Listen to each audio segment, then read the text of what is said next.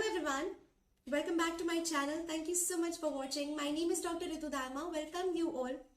आज की ये वीडियो है अफॉक्सिम नंबर 223 एंड 224 के बारे में.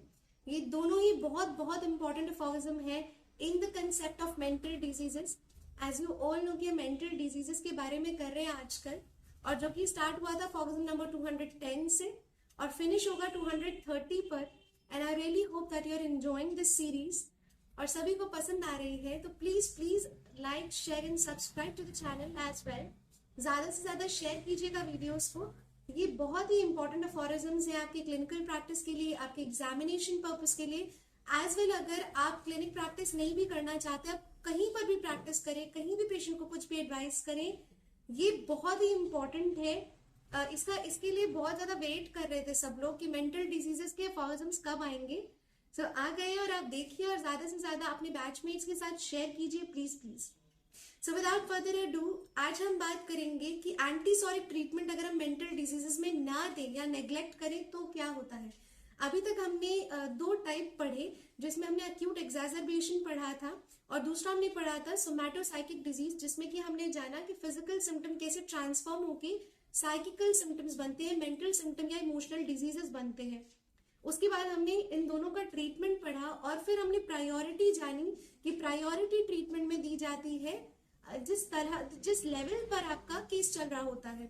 अक्यूट एक्सैजर्बेशन है तो आप अक्यूट मेडिसिन देंगे, हाईली डायनामाइज्ड मेडिसिन देंगे, माइन्यूट पोटेंसी में देंगे, माइन्यूट डोजेस में देंगे, हाईली डायनामाइज्ड पोटेंसीज में देंगे. और उसके बाद हमने जाना था सोमैटोसाइकिक डिजीज है तो एंटीसोरिक ट्रीटमेंट आपको देना जरूरी है. ये सभी अफॉरिजम्स को थोड़ा सा समराइज कर दिया मैंने, और आज हम बात करेंगे अगर हम एंटीसोरिक ट्रीटमेंट को नेग्लेक्ट करते हैं तो क्या होता है. So without further ado, let's dig into this video which is aphorism number 223. Doctor Hahnemann says, but if the antipsoric treatment be omitted, अगर एंटीसोरिक ट्रीटमेंट ओमिट कर दिया जाए, then we may almost surely expect from a much slighter cause than brought on the first attack of the insanity. क्योंकि हमने अफॉरिजम number 221 में पढ़ा था कि अगर अचानक से लेटेंट सोरा एक्सैजर्बेट हो जाए और एक्टिवेट हो जाए और वो इंसैनिटी और मैनिएकल सिम्टम्स आने लग जाए, बहुत अनकंट्रोल्ड सिम्टम आने लग जाए, तो आप क्या करते हैं, राइट. तो यहाँ डॉक्टर हैनिमैन हमें बता रहे हैं कि अगर एंटीसोरिक ट्रीटमेंट को आप नेग्लेक्ट कर दें, ओमिट कर दें, तो जो अश्योरली आप एक्सपेक्ट करेंगे slightest cause that brought on the first attack of the insanity, the speedy occurrence of a new and more lasting and severe fit.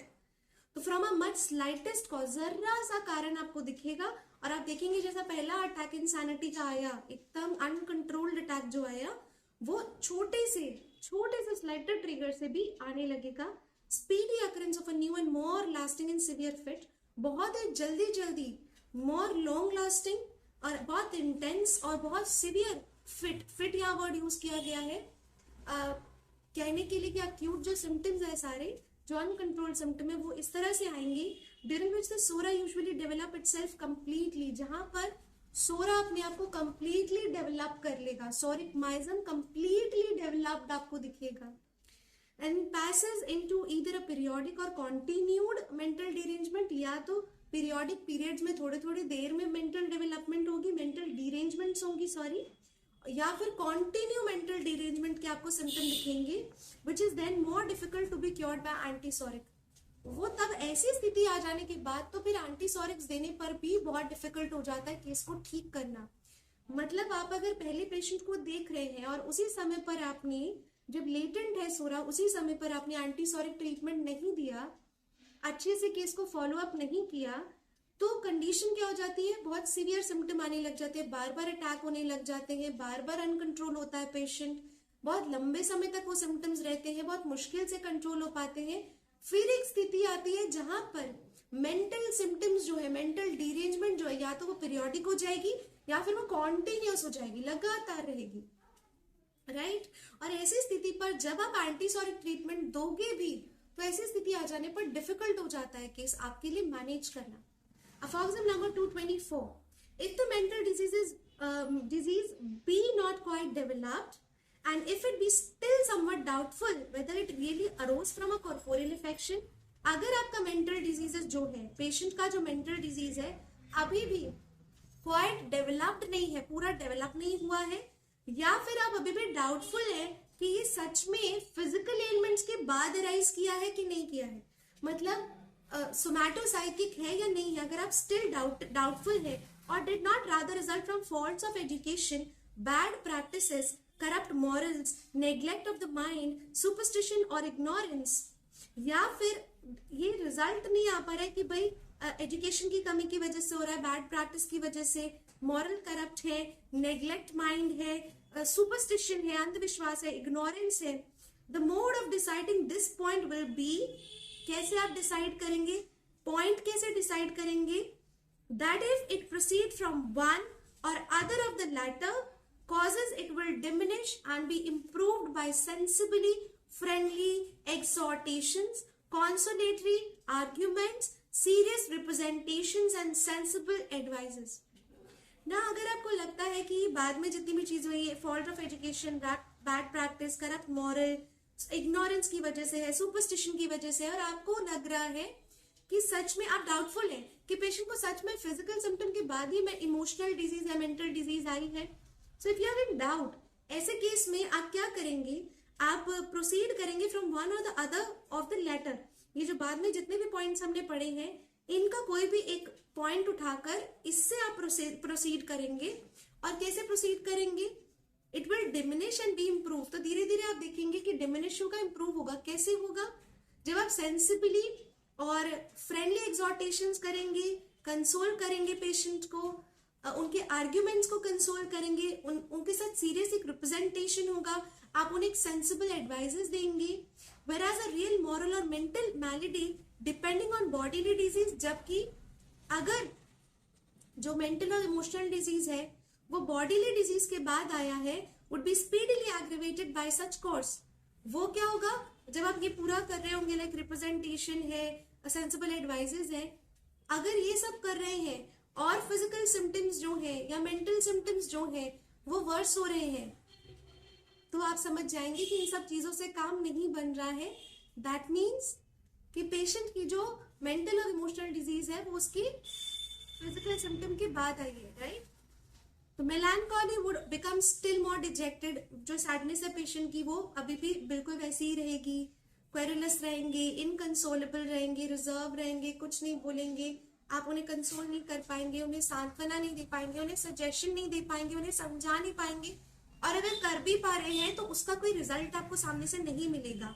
The spiteful maniac would thereby become still more exasperated. जो maniac होगा, जो patient होगा आपका, वो still वैसा ही रहेगा और भी ज्यादा उसकी कंडीशन वर्स होती नजर आएगी। And the chattering fool would become manifestingly more foolish. और बड़ बोलने वाला फूल और भी ज्यादा फुलिश कंडीशन में चला जाएगा। तो this is how you will, like doctor Hahnemann हमें यहाँ क्या समझा रहे हैं कि आप जानेंगे कैसे, अगर आपको नहीं समझ आ रहा है, आप डाउट में है कि ये सोमैटोसाइकिकल डिजीज है या नहीं है, आप एंटीसोरिक मेडिसिन दे नहीं दे, आप क्या करें। तो ऐसे कंडीशन में पहले आप कुछ स्टेप्स ये लेकर देखें। अगर वो सब स्टेप्स करने के बाद भी मैं कहूँगी काउंसलिंग करने के बाद भी, उन सभी काउंसलिंग करने के बाद भी कि पेशेंट को किस वजह से हो रहा है, इतना काउंसिल करने के बाद भी उसकी मेंटल इमोशनल डिजीज अगर वर्स हो रही है, पेशेंट और भी ज्यादा खराब हो रहा है, तो इसका मतलब क्या है कि पेशेंट को fault of education, bad practices, corrupt morals, neglect of mind, ignorance, superstition, इनकी वजह से कुछ नहीं है, right. Problem is still on the physical and mental emotional plane, right. इसका जो फुटनोट है that is very important. It would seem as though the mind in these cases, ऐसा लगता है ऐसे केसेस में कि माइंड जो है felt with uneasiness and grief the truth of these rational representations. बहुत ग्रीफ से, दुख से भरा हुआ, अनईजीनेस से भरा हुआ लगेगा मन, and acted upon the body as if it wish to restore the lost harmony. और जो पूरा जो आपकी बॉडी पर आपको ऐसा एक्ट करता नजर आएगा जैसे कि आपकी जो बैलेंस है ना बॉडी की, एक हार्मनी जो है वो पूरी चली गई है, इट हैज बीन लॉस्ट।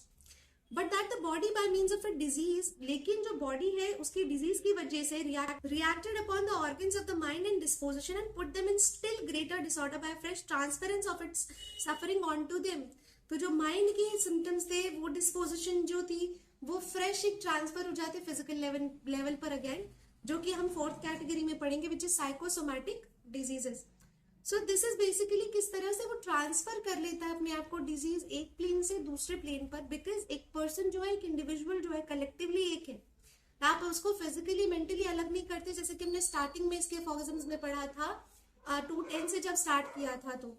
तो बहुत इजी हो जाता है ट्रांसफर करना. अगर आपने कहीं एक पॉइंट पर रुककर पेशेंट को सही जगह पे एक ट्रीटमेंट नहीं दिया है, तो जो केस है फिजिकल प्लेन से इमोशनल प्लेन, इमोशनल प्लेन से फिजिकल प्लेन, ऐसे ट्रांसफर हो जाता है बहुत आसानी से. So this is how doctor Hahnemann is teaching us कि भाई ऐसे आपको अपना पेशेंट को डील करना है, and it's very crucial at every point of time कहाँ आपको क्या करना होगा. I really hope that you enjoy this aphorism and it is very very helpful for you to study now. अब आप इसको एक बार खुद से पढ़ लीजिएगा, एक दो बार खुद से रीड करेंगे, it will be very very easy for you to understand.